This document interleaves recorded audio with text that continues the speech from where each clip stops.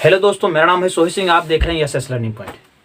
SS learning point में आपका बहुत बहुत स्वागत है। दोस्तों, आज हम बात करने वाले हैं टेंसेज एंड देयर फॉर्म्स, काल एवं इनके रूप। तो दोस्तों, अगर आप हमारे इस चैनल पर नए आए हैं तो आप मेरे चैनल को सब्सक्राइब कर दें और वीडियो को अंत देखें ताकि आपको समझ में आए। अगर आप वीडियो को अंत तक नहीं देखेंगे, स्किप कर देंगे, तो आपको वीडियो नहीं समझ में आएगी। अगर आपको कोई भी समस्या हो तो आप कमेंट बॉक्स में जा सकते हैं, बता सकते हैं, और हमारे इंस्टाग्राम आईडी पे भी जा सकते हैं। वहाँ से आप कोई भी डाउट होता है पूछ सकते हैं। दोस्तों, अब सीधे हम बात करने वाले हैं टेंसेज। यहाँ पर लिखा है हमारा टेंसेज एंड देयर फॉर्म्स, काल एवं इनके रूप। तो दोस्तों, आप जानते हैं कि किसी कार्य या घटना के समय को व्यक्त करने के लिए वर्ब की अलग अलग फॉर्म्स का प्रयोग करते हैं। क्या करते हैं? अलग अलग फॉर्म का प्रयोग किया जाता है। तो टेंसेज में प्रयुक्त वर्ब की फॉर्म से ही हमें क्रिया के संपन्न होने का समय का बोध होता है। अतः टेंसेज क्रिया के समय का बोध कराते हैं। तो इसलिए टेंसेज निम्नलिखित कितने प्रकार के होते हैं? टेंसेज निम्नलिखित 3 प्रकार के होते हैं। कितने प्रकार के होते हैं? टेंसेज 3 प्रकार के होते हैं। यहाँ पर हम लिख दे रहे हैं। दोस्तों, टेंस हमारे क्या है? 3 प्रकार के होते हैं। प्रेजेंट टेंस वर्तमान काल, इसको हिंदी में कहते हैं। पास्ट टेंस भूतकाल, फ्यूचर टेंस भविष्य काल। दोस्तों, अब हम बात करने वाले हैं प्रेजेंट टेंस पे। तो यहाँ पर हम बात कर रहे हैं प्रेजेंट टेंस। प्रेजेंट टेंस में होता है वर्तमान काल। क्या होता है बच्चों? वर्तमान काल। तो वर्तमान काल हम कैसे पहचानेंगे कि कौन सा टेंस हमारा वर्तमान काल में है? तो आप जानते हैं इस टेंस में प्रयुक्त वर्ब की फॉर्म द्वारा यह प्रकट होता है कि कार्य वर्तमान समय में हो रहा है। और आप लोगों को एक बात बता दें, अगर आपको पहचानना है कि प्रेजेंट टेंस कौन सा है तो जानते हो क्या करना है आप लोगों को? आप लोगों को सीधे जो हमारा एक वाक्य है, वाक्य हमारा यहाँ पर मैंने एग्जाम्पल लिया है, he writes a letter. He writes a letter, वह एक पत्र लिखता है। ठीक है, वह एक पत्र लिखता है। तो यहां पर आपको क्या करना है? आप सीधे वाक्य के कालबोधक पे जाइए, वाक्य के अंत में चले जाइए जहां पर कालबोधक है। तो प्रेजेंट की पहचान आप सीधे जान जाइए, प्रेजेंट की पहचान है। तो यहां पर क्या है? ये क्या है? है। जो हमारा ये है ये क्या है? प्रेजेंट की पहचान। अगर आपसे कोई पूछता है कि आप किसी से भी प्रश्न कीजिएगा, अगर आपसे कोई पूछता है कि बताइए प्रेजेंट की क्या पहचान है भाई, तो जानते हो बच्चे क्या बताते हैं? अधिकतर बच्चे ही बताते हैं कि प्रेजेंट की पहचान है ता है, ती है, किया है, दिया है। मतलब ऐसे बहुत सारे बताते हैं वाक्य कि ता है। मतलब ता, यहाँ पर ता कहाँ से आ रहा है भैया? ता जो है हमारा इंडिफिनिट है। अगर ता है आ जाएगा तो इंडिफिनिट। मैंने पूछा है प्रेजेंट टेंस की पहचान बताइए, तो आपको क्या बताना है? प्रेजेंट टेंस की पहचान है। अगर किसी वाक्य में वाक्य कालबोधक के रूप में है अगर है तो क्या होगा? Present tense. प्रेजेंट टेंस के 4 प्रकार के होते हैं। कितने प्रकार के होते हैं? Present tense. मैंने यहाँ पर प्रेजेंट की मैं बात कर रहा था, सो आप लोगों को बताया प्रेजेंट टेंस के 4 प्रकार होते हैं। लेकिन ऐसा नहीं, मतलब ऐसा प्रेजेंट टेंस के भी 4 प्रकार के होते हैं, पास्ट टेंस के भी 4 प्रकार के होते हैं, फ्यूचर टेंस के भी 4 प्रकार के होते हैं। ठीक है, इनके तीनों के 4 पार्ट होते हैं। अब कौन कौन से? आपको अगर यहाँ पर देखें, मैं बात कर रहा हूँ प्रेजेंट टेंस की, तो मैं यहाँ पर लिख दूंगा present indefinite, present continuous, present perfect continuous. ठीक है, अगर मैं आप अभी बात करूंगा पास्ट टेंस की, तो हम यहाँ पर क्या लिख देंगे? Past indefinite, past continuous, past perfect continuous. ठीक है, अगर यहाँ पर हम फ्यूचर टेंस की बात करते हैं तो फ्यूचर टेंस की जब बात करेंगे तो क्या करते हैं? Future indefinite, future continuous, future perfect continuous. बस क्या होगी? हमारी हेल्पिंग वर्ब चेंज हो जाएंगी। ठीक है, तो हम यहाँ पर इंडिफिनिट, अब आपको हम फिर से दोबारा एक बार फिर से समझा दे रहे हैं। टेंस 3 प्रकार के होते हैं।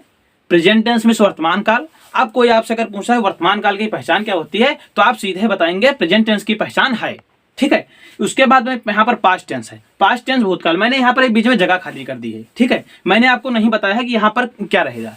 मैंने इसलिए नहीं बताया है कि यहाँ पर हम सीधे तीसरे नंबर पे आ जाते हैं। तीसरा नंबर हमारा है फ्यूचर टेंस। तो फ्यूचर टेंस में होता है भविष्य काल। अब भविष्य काल की पहचान मैंने बता दी है कि फ्यूचर टेंस की, अगर आपसे कोई पूछता है कि फ्यूचर टेंस की पहचान क्या होती है, तो आप सीधे बताएंगे गा। क्या बताएंगे? गा। अब यहां पर मैंने बता दिया प्रेजेंट टेंस की पहचान है और फ्यूचर टेंस की पहचान गा।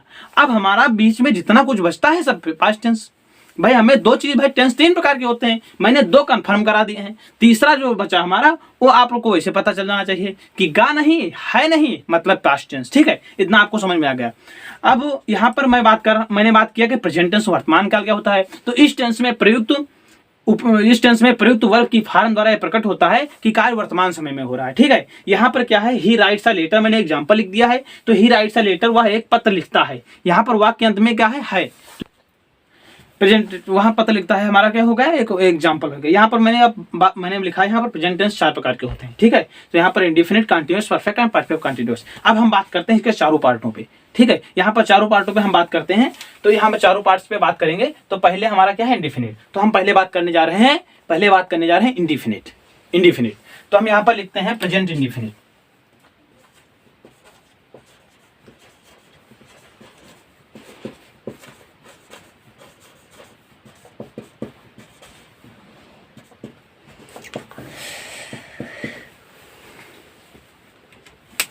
प्रेजेंट इंडेफिनिट, तो यहाँ पर क्या है हमारा प्रेजेंट इंडेफिनिट। प्रेजेंट इंडेफिनिट को हम सिंपल प्रेजेंट भी कहते हैं। क्या कहते हैं, सिंपल प्रेजेंट टेंस भी कहते हैं। तो इसकी पहचान क्या होती है, ता है, ती है, ते हैं, आ जाते हैं। क्या होते हैं, आ जाते हैं। तो इसमें ता ती वाक्य के अंत में क्या होता है, ता है, ती है, ते हैं, ये आते हैं। अब हम बात करते हैं कि इस काल से यह बोध होता है, इस काल से यह बोध होता है।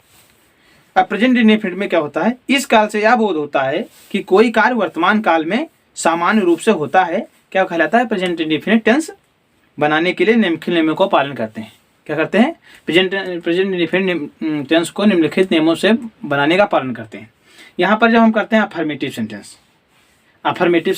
तो अफर्मेटिव सेंटेंस में क्या करते हैं, हमारा जो सब्जेक्ट, जो हमारा रूल होता है, तो हमारा जो रूल क्या है, सब्जेक्ट में क्या आता है, ही, सी, इट, राम।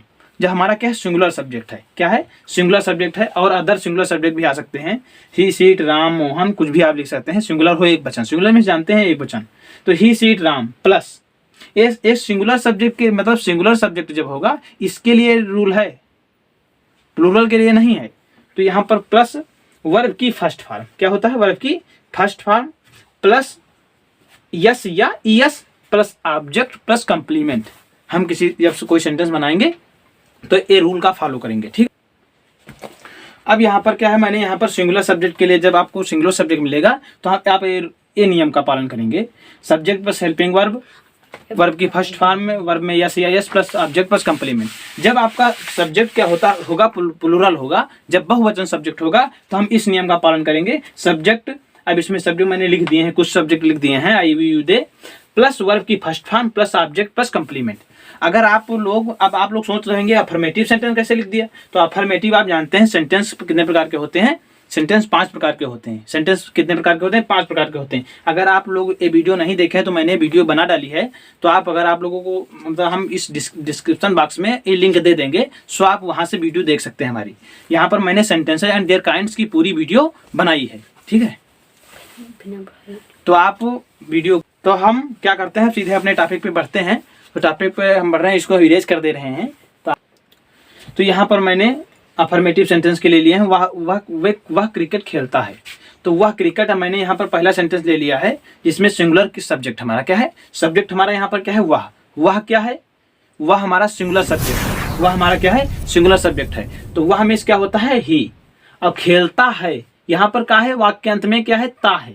ता है, इससे मतलब मुझे पता चल गया कि क्या कौन सा सेंटेंस है, मतलब ये प्रेजेंट इंडेफिनिट है। तो प्रेजेंट इंडेफिनिट की पहचान क्या होती है, ता है, ती है। तो यहाँ से हमें मालूम हो गया कि यहाँ पर क्या है, ता है, इतने से हमें मालूम है ता है। तो हमारा प्रेजेंट इंडेफिनिट, जब प्रेजेंट इंडेफिनिट होता है तो मैंने एक नियम लिखा था, लगाकर हम सेंटेंस को बनाते हैं। तो यहाँ पर सेंटेंस मैंने, यहाँ पर वर्ब हमारा क्या है, खेलना। वर्ब हमारा क्या है, इसमें वर्ब हमारा है खेलना, और खेलना हमारा वर्ब है, और प्ले मिस होता है खेलना। तो हम क्या करते हैं, जब सिंगुलर सब्जेक्ट होता है तो वर्ब में यस या यस लगा के हम सेंटेंस को बनाते हैं। तो यहाँ पर हमारा प्ले हमारा क्या है, प्ले मिस खेलना।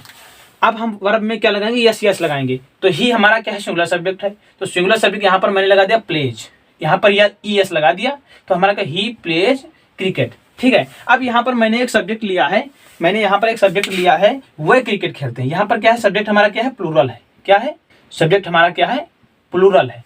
सब्जेक्ट हमारा प्लूरल है। जब हमारा सब्जेक्ट प्लूरल होगा तो मैंने वहां पर बताया है, वर्ब की फर्स्ट फॉर्म से सीधे लिखते हैं, वर्ब की फर्स्ट फॉर्म लिखते हैं, उसमें यस या यस नहीं लगाते हैं।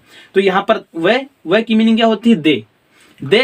तो दे हो गया। अब खेलते हैं तो वर्ब में यस यस तो लगाएंगे नहीं, क्योंकि सिंगुलर सब्जेक्ट नहीं, प्लूरल सब्जेक्ट है। तो यहाँ पर प्ले हो गया, वर्ब की फर्स्ट फॉर्म प्ले है। तो यहाँ पर दे प्ले क्रिकेट। हमारे सेंटेंस पूरा हो गया। तो अफर्मेटिव सेंटेंस हमारा हो गया। अब हम बात करते हैं नेगेटिव सेंटेंस। अब यहाँ पर अफर्मेटिव में बात कर लिया है, अब नेगेटिव बात करते हैं। नेगेटिव सेंटेंस के लिए क्या होता है? नेगेटिव सेंटेंस के लिए यहाँ पर सिंगुलर का जो पहला वाला फार्मूला है ये सिंगुलर वाला है, सिंगुलर वाला रूल है। तो यहाँ पर सिंगुलर का रूल क्या है? सब्जेक्ट इसमें क्या होगा? सिंगुलर होगा। सिंगुलर सब्जेक्ट आप जानते हैं ही सी इट। यहाँ पर डज उसके बाद डज नॉट वर्ब की first form plus subject plus complement, ठीक है। अब यहाँ पर प्लूरल सब्जेक्ट के लिए क्या होता है? Subject plus do not plus verb की फर्स्ट। इसमें देखिए उसमें क्या होता है? डज लगा होता है। यहाँ पर यस लगा है इसमें।